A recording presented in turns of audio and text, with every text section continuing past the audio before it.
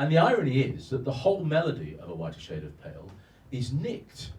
It's stolen. It's stolen from Johann Sebastian Bach's Air on a G string.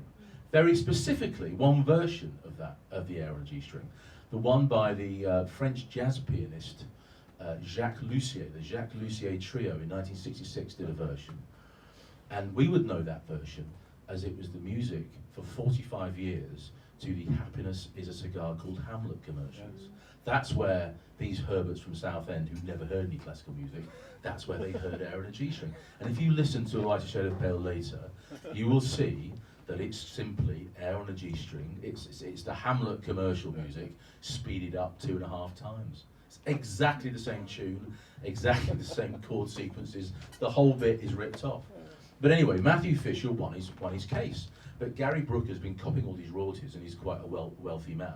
He's able to afford to appeal the decision, and he wins the appeal.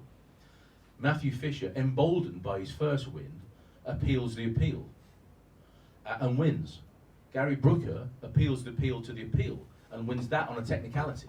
And I think you get 5 chances, because the 5th appeal to the appeal to the appeal, led by Matthew Fisher, was successful, and he gets royalties now. I interviewed about 3 or 4 years ago. He was a bit coy. He was a retired computer operator, so I don't know how much he would have earned in his life doing that. But it's clearly now had added more than £100,000 a year to his annual budget, to his annual income.